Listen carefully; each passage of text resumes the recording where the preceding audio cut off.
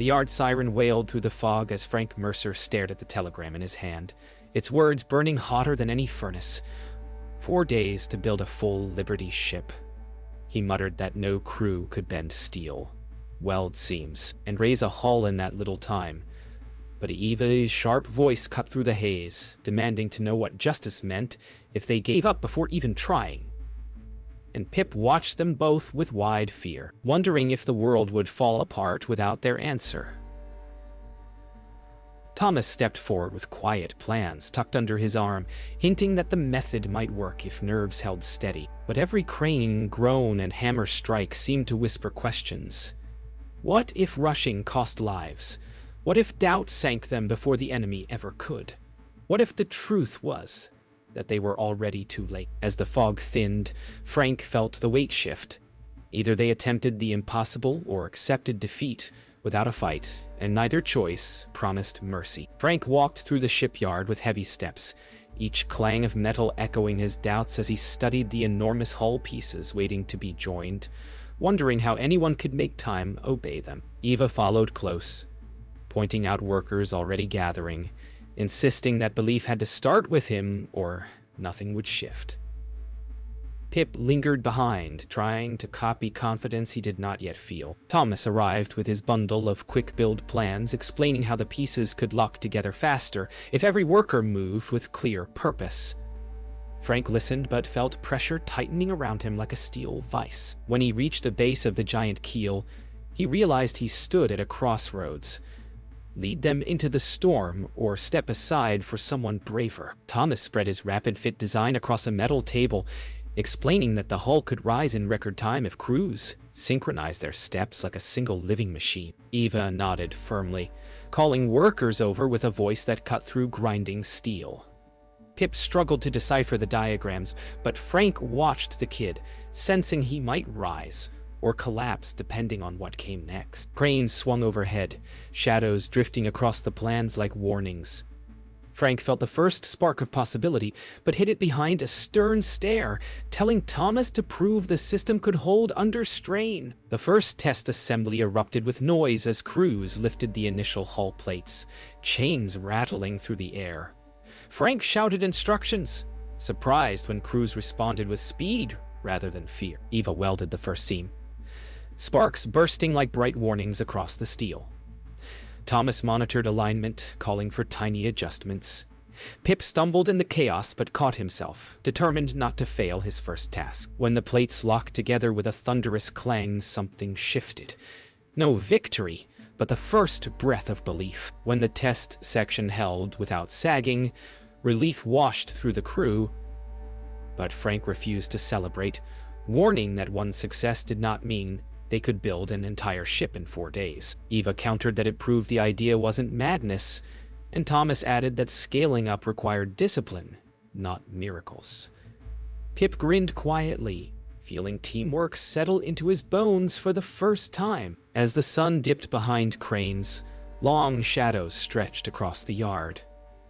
Frank stared at the rising structure and whispered that maybe impossible things began with small victories, though he would never admit it out loud. Frank gathered the core team around the rising hull skeleton as the morning wind swept through the yard, warning them that from this moment forward, every second mattered and every mistake carried the weight of the war. Eva answered with a bold promise that the crew would match any pace he set, her voice steady enough to calm the restless workers nearby. Thomas laid out the revised schedule, explaining that each hour now had a purpose, and each shift would overlap to keep the build alive without pause. Pip tried to hide his nerves, but Frank noticed, offering a firm look that wasn't quite reassurance but close enough to hold the line. As the steel groaned in the wind, the challenge felt real for the first time, and the team braced themselves for a race they couldn't afford to lose. The pace quickened as crews surged into action, welding, lifting, and locking steel with a rhythm that felt almost musical. Eva moved along the catwalks, shouting clear orders, her energy pushing the workers through their fatigue. Thomas monitored the structural joints, scribbling changes on his clipboard with quiet urgency. Pip rushed between teams, delivering tools, learning the yard's pulse through mistakes and near misses. Frank watched from a high platform, both proud and terrified, knowing the faster they moved, the bigger the danger that a single slip could bring the entire project crashing down. By midday, the heat rose off the metal in shimmering waves, turning the yard into a furnace. Tempers flared as the pressure mounted, and two crews clashed over a misaligned section that threatened to stall the entire timeline. Frank stormed in before the argument could erupt into something worse, demanding they reset the rails and follow Thomas's measurements precisely. Eva backed him up with a firm shout, her presence pulling the teams back into focus. Pip silently took note of how quickly discipline could break when hope and fear collided.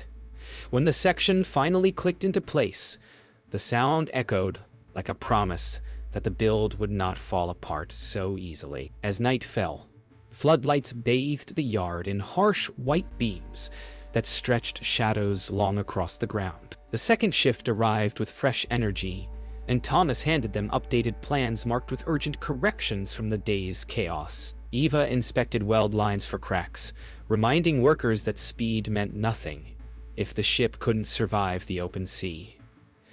Pip struggled to stay awake, but pushed through, knowing that every hour mattered. Frank kept moving, checking each team, refusing to let fatigue take control. The night felt endless, but the hull continued to grow. By dawn of the second day, the yard smelled of smoke, metal, and worn-out hope. Yet the ship's shape was finally emerging. Thomas revealed that they were ahead of schedule by a narrow margin, but Frank warned that the hardest steps were still to come. Eva urged the crew to hold steady, reminding them that the world was counting on their hands. Pip looked at the towering structure with a mix of pride and fear, unsure which emotion held him tighter. As the sun rose over the cranes, the team understood that the race had only just begun. The third day began with a cold wind sweeping across the yard, carrying the sound of groaning steel as the hull neared its full height, and Frank felt the weight of every hour pressing against him like a countdown he couldn't slow. Eva pushed the crew forward with sharp, clear calls, her determination cutting through fatigue that had settled deep in their bones. Thomas moved along the scaffolding, checking measurements twice, knowing that even a tiny flaw could turn the entire build into a disaster once the ship touched water. Pip hurried between teams with tools and updates, forcing himself past the ache in his legs as fear blended with pride. When a crane stalled and the entire shift froze, Frank ordered everyone to reset and breathe, refusing to let panic take hold. The moment passed, but the tension stayed, reminding them that miracles didn't come without a price. By midday, the yard trembled under non-stop hammering as teams rushed to secure the deck plates before the next shift. Eva kept shouting directions from a crowded platform, her voice growing rough but never weakening. Thomas called down measurements while marking errors with quick strokes of chalk. Pip slipped on an oil patch but caught himself just in time, shaking off nerves as nearby workers urged him onward. Frank watched everything with sharp eyes, searching for cracks in the plan and cracks in the people, aware that either could bring everything crashing down. As the last plate locked into position, the crew let out a brief, shaky cheer, but Frank silenced it with a raised hand. They weren't safe yet. Late afternoon brought a sudden setback when a misaligned support brace threatened the structural integrity of the midsection, freezing the entire yard in fearful silence. Thomas scrambled up the scaffolding to inspect it himself, while Eva rallied welders to stand by for emergency reinforcement.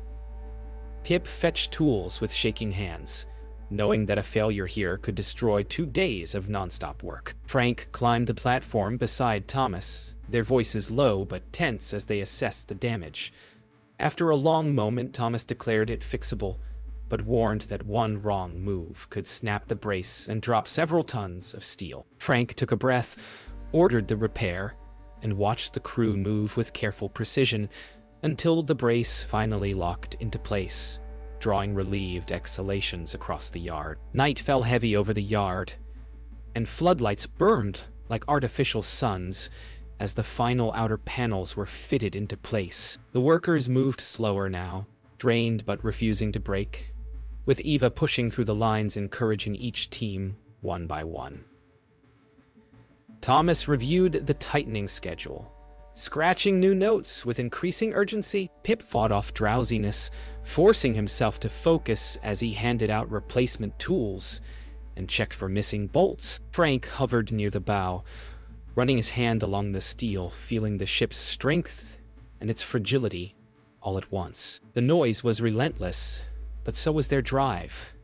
And by the time the final panel slid into position, they knew they were still in the fight. As the third day closed, a quiet settled over the shipyard, broken only by distant welding crackles and the low hum of generators. Frank stood at the center of the deck, gazing at the nearly complete ship, rising above them like proof that belief could outpace fear. Eva joined him, admitting that the crew was close to collapse, but still willing to push through the final stretch. Thomas approached with an exhausted smile, showing that their timing still held if nothing else went wrong. Pip leaned against a railing, pride warming him despite the cold night air. Frank told them all that tomorrow would decide everything, whether they made history or proved the doubters right.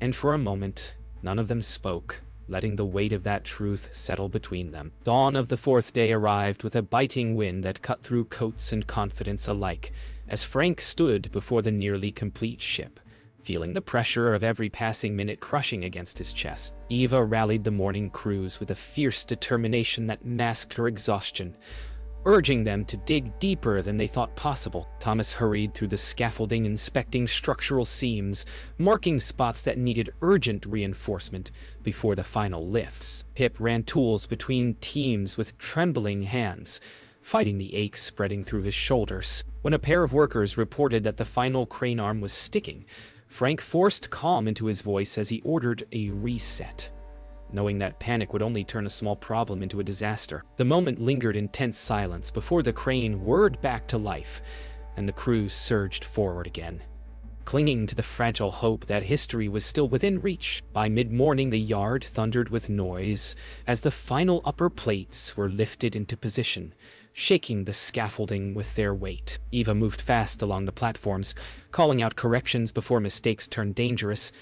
Thomas signaled crane operators with firm gestures, each movement timed with risky precision. Pip delivered bolts and welding rods to crews working so quickly, their hands blurred in the haze of sparks. Frank monitored every step, scanning the structure for weaknesses as the ship stretched toward completion.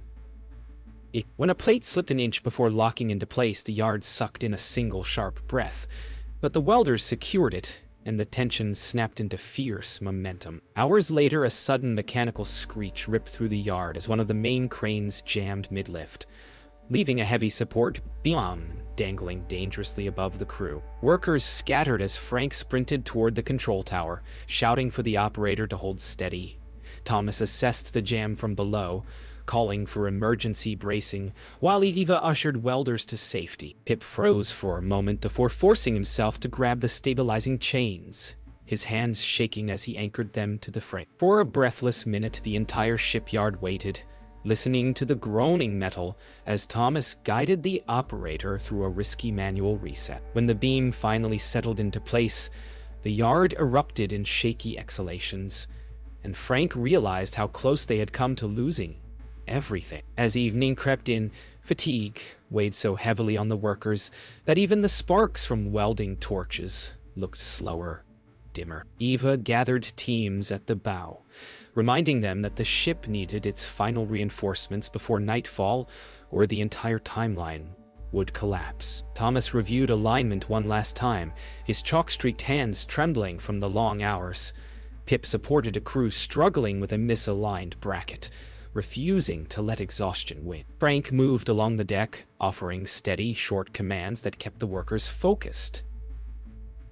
When the final reinforcements clicked into place, the clang echoed like a heartbeat, pulling the yard back to life. Night settled over the shipyard as quietly as falling ash, and for the first time, Frank allowed himself to see the ship not as a burden, but as a promise nearly fulfilled. Eva joined him, her voice soft but steady as she admitted her fear that the crew could collapse before the finish. Yet still, she believed they would make history by sunrise. Thomas arrived with the latest structural checks, relief in his eyes as he confirmed stability across the frame. Pip leaned against the railing, barely able to stand but smiling at the sight of the enormous steel form towering above them. Frank told them all that dawn would bring their final test, and whether they succeeded or failed, they had already changed what people believed ordinary workers could do. The fourth day dawned with a sharp chill that cut through every layer of clothing. Yet Frank stood tall before the crew, announcing that this was the moment they would either seize or surrender, and no one dared blink. Eva stepped forward and told the workers that every strike, weld, and lift from here on carried the weight of the entire fight overseas. Thomas reviewed the last critical steps, explaining that the final assembly required absolute precision, or the whole structure could twist under its own weight. Pip watched their faces, realizing that fear and courage often looked the same, and that the difference came only from choosing to move anyway. As the sun crept over the cranes, the shipyard erupted into motion, every worker fueled by the knowledge that history was watching. The crew surged into action, lifting the final deck sections with a strength born from desperation and belief. Eva moved along the upper scaffolding, shouting corrections before small errors became disasters. Thomas checked tension lines while marking final adjustments on his clipboard. Pip braced a tilting panel with shaking arms until another team grabbed hold, and Frank steadied the group with sharp, grounding commands. The entire yard moved in a rhythm that felt like a heartbeat, fast and fragile, as the last massive sections crept into place. By midday, the ship loomed almost complete, yet one of the final reinforcement beams refused to align, threatening to derail the entire timeline. Thomas examined the misalignment and warned that forcing it could warp the frame. Eva called for extra hands, her voice sharp with urgency as the crew rushed to reposition the supports. Pip slipped between teams, delivering bolts, nearly tripping in his scramble. Frank climbed the platform, placed his hand on the beam, and ordered the crew to shift their weight together. With a strain that sent groans through the steel, the beam slid into place, locking with a heavy, triumphant clank that echoed across the yard. As evening approached, the final weld sparked across the ship's hull, glowing bright against the falling dusk like stars, forming constellations on steel. Eva inspected each seam with methodical precision while Thomas checked the structural readings. Pip delivered fresh rods to exhausted welders, his breathing unsteady but determined. Frank walked the length of the deck and felt the ship vibrate with life, a rising force built by stubborn hands refusing defeat. When the last weld sealed shut, the entire yard fell into silence, realizing how close they were to the impossible. Night settled softly over the shipyard as floodlights flickered on, revealing the full shape of the Liberty ship standing complete, except for the final checks. Frank gathered the team and told them that what they had done was more than speed. It was a promise to every life depending on supplies across the ocean. Eva leaned against the railing, breathing deeply as relief softened her tired features. Thomas reviewed the last calculations and finally smiled, knowing the frame was sound. Pip looked at the ship with awe, understanding for the first time that he had helped build something that would outlast fear. Frank ended the night with a simple truth. Tomorrow they would launch. Dawn broke over the shipyard with a pale, trembling light as workers gathered around the towering Liberty ship, each breath visible in the cold air, as if the world itself waited to see if the impossible truly lived. Frank stepped forward and announced the final inspection, reminding everyone that one hidden flaw could undo 4 days of relentless work. Eva moved along the hull, checking every weld with calm intensity, refusing to let exhaustion cloud her instincts. Thomas followed with his clipboard, marking each point with a slow, methodical confidence. Pip watched them in silence, overwhelmed by the thought that something built by their hands stood ready for the ocean. When the final checklist came back clean, Frank exhaled a breath he didn't know he'd been holding. The ship gleaming in the rising sun like a promise kept. The crew gathered around the stern as engineers prepared the massive chains for the launch, their metal clinks echoing across the yard like the ticking of a colossal clock. Eva steadied the workers preparing the release hooks, her voice low but strong. Thomas spoke with the engineers, confirming every angle and measurement twice. Pip moved nervously between them, fighting to keep his hands from shaking. And Frank stood on the platform overlooking the launch path, silently rehearsing the sequence of events, knowing any mistimed signal could turn triumph into tragedy. When he finally raised his hand, the yard fell into perfect silence. Frank dropped his hand and the launch sequence began, heavy chains rattling like thunder as the ship groaned forward. Workers shouted over the rising noise as the Liberty ship inched along its greased rails, the ground trembling beneath their feet. Eva watched every movement, ready to intervene at the first sign of danger, while Thomas tracked the slide speed with sharp, darting eyes.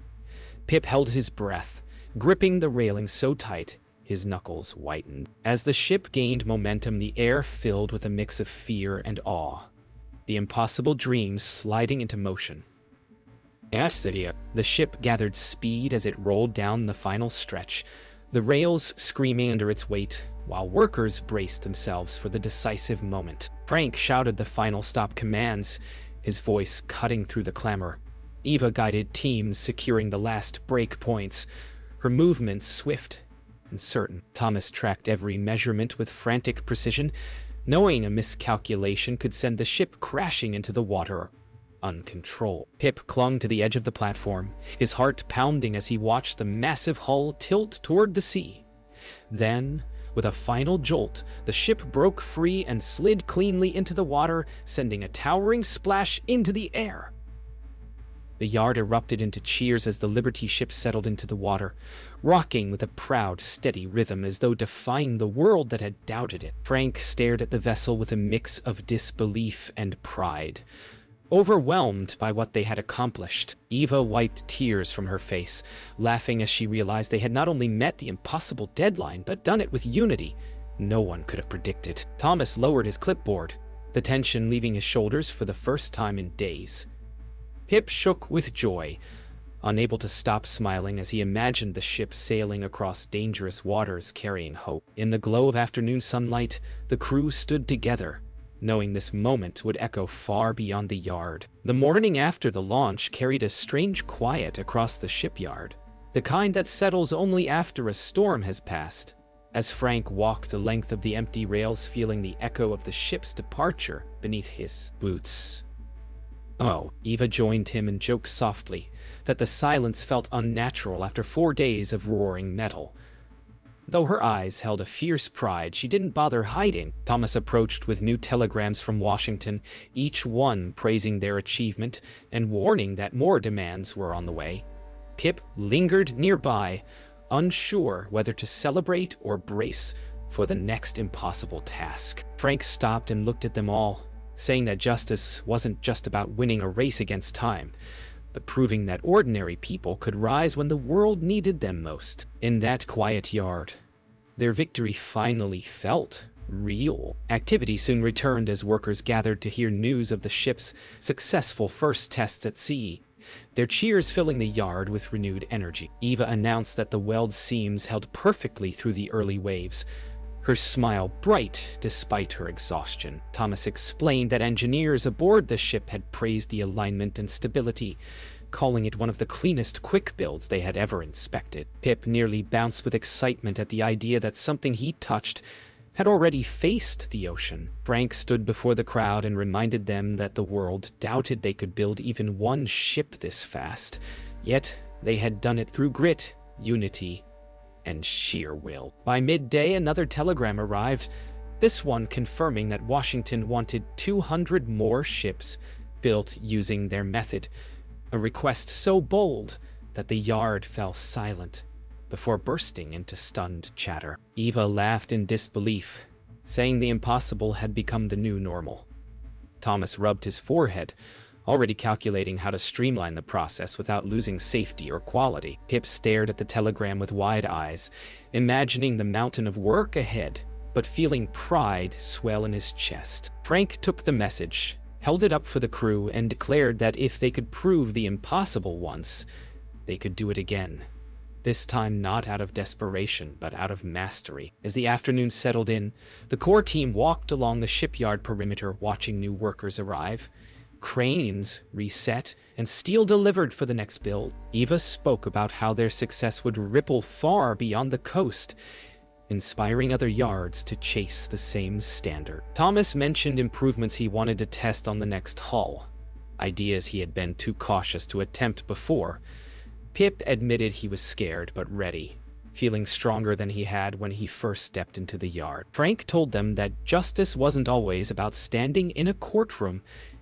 It was often the quiet, relentless work of building something that changed the world, one welded seam at a time. As the sun dipped behind the cranes, casting long shadows across the shipyard, the crew gathered one last time on the launch platform. Frank thanked them for proving that limits were meant to be challenged, not obeyed, and Eva added that their unity had turned an impossible demand into a shining example of courage. Thomas promised to refine their method until even 4 days seemed slow, and Pip whispered that he finally understood what it meant to be part of something bigger than himself. Together, they looked out over the water where their first ship sailed toward the horizon, and in that quiet fading light, the truth settled over them. They had not just built a ship. They had changed what the world believed ordinary people could do.